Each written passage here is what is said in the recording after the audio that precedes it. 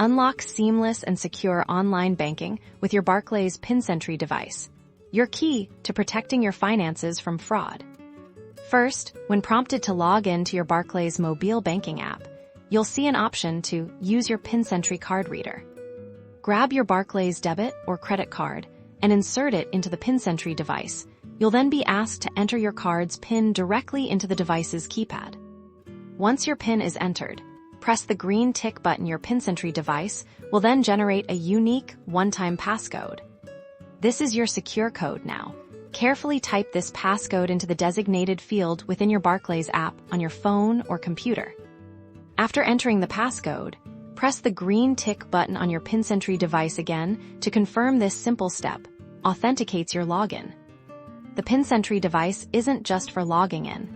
It's crucial for verifying your transactions too. When making payments or transfers, you'll be prompted to use your Pinsentry device.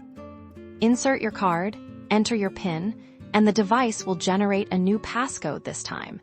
Enter this unique code into the authorization field in your app. This two-factor authentication method, using your card and the Pinsentry device, adds a vital layer of security, powerfully protecting you from unauthorized activity and fraud.